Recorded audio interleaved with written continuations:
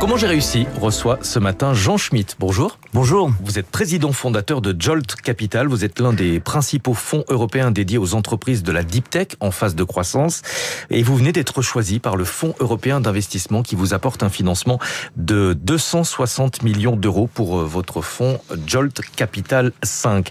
Alors c'est de la finance. On va essayer de rester accessible. D'abord, quand on parle de deep tech, c'est-à-dire de technologie de rupture, de quel type d'entreprise est-ce qu'il s'agit ? Alors dans notre cas, il s'agit de sociétés qui sont des sociétés de croissance, donc qui font déjà plus de 10 millions de chiffres d'affaires en Europe.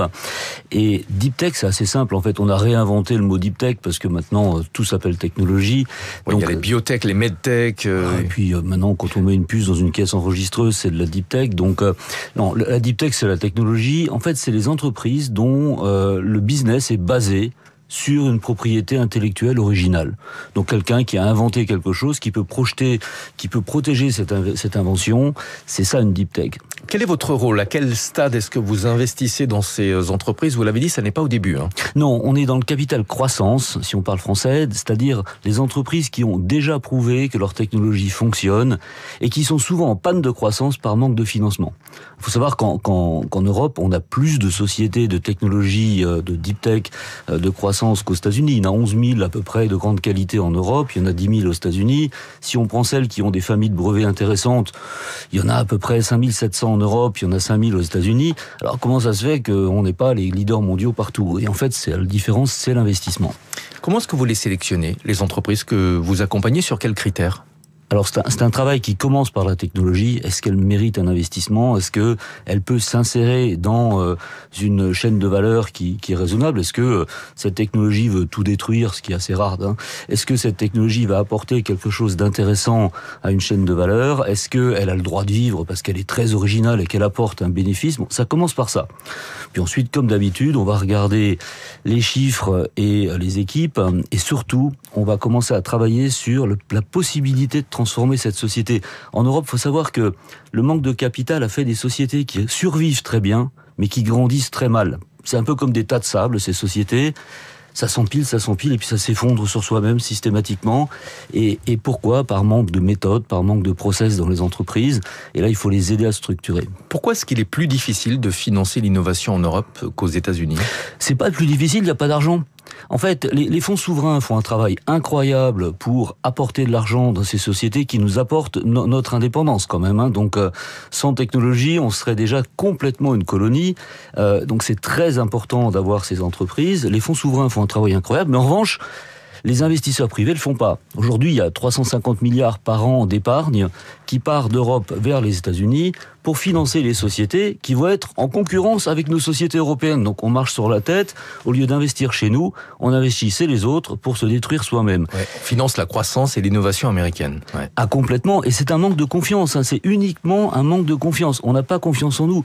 Je vous donnais le chiffre des entreprises de technologie européennes disponibles. Il y en a plus qu'aux États-Unis. Mais qui le dit ? Et comment se fait-il qu'on ne célèbre pas ça ? C'est un grand moment de voir qu'on est finalement dans la course et peut-être même en tête. Il faut avoir confiance en nous. Donc mettre notre argent sur la table. Le financement, c'est le nerf de la guerre. Vous pensez objectivement qu'on ferait beaucoup mieux en matière d'innovation et de technologie de rupture si on avait plus d'investissement ? Ah, y a pas de c'est doute. Aussi simple que ça ? C'est aussi simple que ça.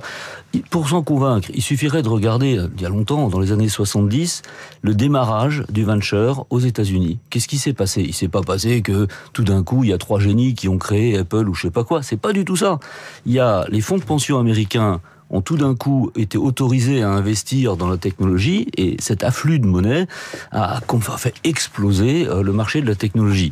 On n'a pas d'afflux de monnaie aujourd'hui sérieux en Europe. Il n'y aura pas d'explosion si on ne se met pas au travail. Sur l'intelligence artificielle, vous pensez que l'Europe va pouvoir rester dans la course face aux énormes investissements qui ont été annoncés aux États-Unis en dizaines, parfois en centaines de milliards de dollars ? Ça dépend sur quoi. Quand on fait de l'infrastructure en centaines de milliards de dollars, c'est compliqué d'être en compétition. Donc il s'agit de mettre plein de puces dans un data center. C'est vrai que là, on va souffrir un petit peu. S'il s'agit d'être intelligent et de faire des maths, ça coûte pas cher. Donc ça coûte un bout de papier et un crayon de papier. Et des cerveaux. Et des cerveaux. Donc il faudrait... moi, modestement, je donnais une idée.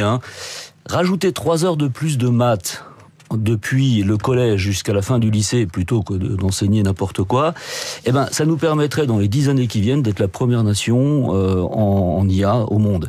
Pas enseigner l'IA, parce que ça, c'est complètement idiot. On n'enseigne pas l'IA, surtout cette IA-là, qui est particulièrement simple. Il faut enseigner les maths. Ouais. On va faire un pas de côté, mais quand on voit la dégringolade de la France dans le classement PISA, particulièrement en lecture et en mathématiques, c'est inquiétant. C'est pas rassurant. C'est pas rassurant. C'est facile à régler. On connaît les programmes, c'est ceux qu'il y avait il y a 20 ans. C'est bizarre parce qu'on dirait que les enfants aujourd'hui sont plus bêtes que les enfants d'il y a 25 ans. Oui. Et je me demande pourquoi on peut pas enseigner les lois de composition interne en 5e. Je comprends pas. On va parler de votre actualité. Le Fonds européen d'investissement, qui dépend de la Banque européenne d'investissement, a choisi de vous accompagner avec un financement de 260 millions d'euros, ce qui représente un quart de votre fonds Jolt Capital 5. Comment est-ce que vous les avez convaincus ? Je pense que c'est eux qui se sont convaincus en regardant à la fois deux choses. Une chose, c'est être rassuré par la capacité de Jolt Capital à vraiment investir dans des sociétés de deep tech et à faire ce qu'on dit qu'on va faire. Donc on l'a fait sur le passé, et le track record qui a montré que non seulement on le faisait, mais en plus on le faisait avec des bénéfices. Ça, c'est une chose. L'autre chose, c'est la nécessité de financer, comme je le disais, les sociétés de deep tech en Europe, et donc il faut trouver les entreprises, donc les fonds d'investissement qui sont capables de faire ça. On n'est pas les seuls, il y en a très très peu en Europe. 260 millions d'euros sur un objectif de 1 milliard d'euros. Vous êtes à la recherche d'autres investisseurs ? On est toujours à la recherche d'autres investisseurs. On est très très bien parti. Enfin, on n'annoncerait pas une chose pareille si on n'était pas absolument certain d'y parvenir. Mais oui, on est toujours à la recherche d'investisseurs, ne serait-ce que pour diversifier notre base d'investisseurs. Mais le fait d'avoir le Fonds européen d'investissement dans ce fonds, ça va forcément rassurer les autres investisseurs. Il y a pas de doute. Alors, ils sont déjà très rassurés. Ils sont rassurés par les chiffres du passé, puisque ça permet de voir si la capacité à exécuter qu'on a. Mais l'autre partie, c'est aussi, on a beaucoup de fonds d'investissement et d'investisseurs qui sont chez nous et qui sont très rassurants. Ça va des fonds souverains japonais, coréens, singapouriens, et puis français, bien sûr, allemands et bien d'autres. Donc, et des fonds de pension, etc., bien sûr. Quel est votre objectif de rendement ? Pour quelle horizon d'investissement ? Je sais que les performances passées ne promettent jamais les performances futures, comme on dit, oui. Mais vous avez forcément un objectif. Je pense que tout fonds d'investissement qui se respecte va essayer de renvoyer entre 2 et 3 fois l'argent qui a été investi, et on ne va pas déroger aux règles. C'est-à-dire, concrètement ? 2 à 3 fois l'argent qu'on va investir. Si j'investis 100 millions d'euros chez vous, je peux espérer récupérer à terme 2 à 3 fois la mise. C'est tout à fait faisable. Pour quel profil de risque ? Il y a peu de fonds d'investissement qui perdent de l'argent. J'ai rarement vu ça. Enfin, faut être très très mauvais. Donc c'est un profil de risque qui est, je dirais, relativement modeste. Et d'ailleurs, c'est un sujet important parce que, vous voyez, une dette d'État ne demande aucune garantie pour des fonds pour des banques, par exemple, ou des assureurs qui investiraient.